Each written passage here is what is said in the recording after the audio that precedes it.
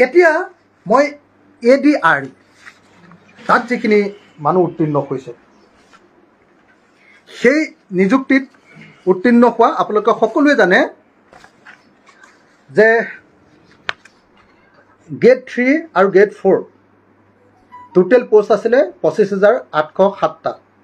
এজন হ'ল এজন কেণ্ডিডেট, তেওঁ এটা দুটা, এজন কেণ্ডিডেটে এপ্লিকেশ্যন নাম্বাৰ 2210072561 নামটো আছে, মই নামটো গাই নিদিওঁ। এই এপ্লিকেণ্টজনে পাছ কৰিছে public works building department establishment PWD junior এছিষ্টেণ্টত পাছ কৰিছে। আকৌ এই একেজন মানুহে পাব্লিক ৱৰ্কছ ৰোডছ ডিপাৰ্টমেণ্টত এইবাৰ আকৌ এছেট পাছ কৰিছে। অৰ্থাৎ এজনে দুটা ডিপাৰ্টমেণ্টত পাছ কৰিলে, একেজন প্ৰাৰ্থীয়ে দুটাত পাছ কৰিলে। ইয়াৰ পিছৰজনে 4টাত পাছ কৰিলে, ফাইনেন্সত পাছ কৰিলে, ফুড এণ্ড চিভিল ছাপ্লাইত পাছ কৰিলে, ফাইনেন্সত জুনিয়ৰ একাউণ্টেণ্ট হিচাপে, accountant assistant, food and civil ছাপ্লাইত ছাব ইনস্পেক্টৰ হিচাপে, হোম এণ্ড পলিটিকেল ডিপাৰ্টমেণ্টত চাৰ্কুল অৰ্গেনাইজাৰ ভিডিঅ' হিচাপে আৰু পাব্লিক ৱৰ্কছত SA হিচাপে। ইয়াত 4টা পৰীক্ষাত পাছ কৰিলে।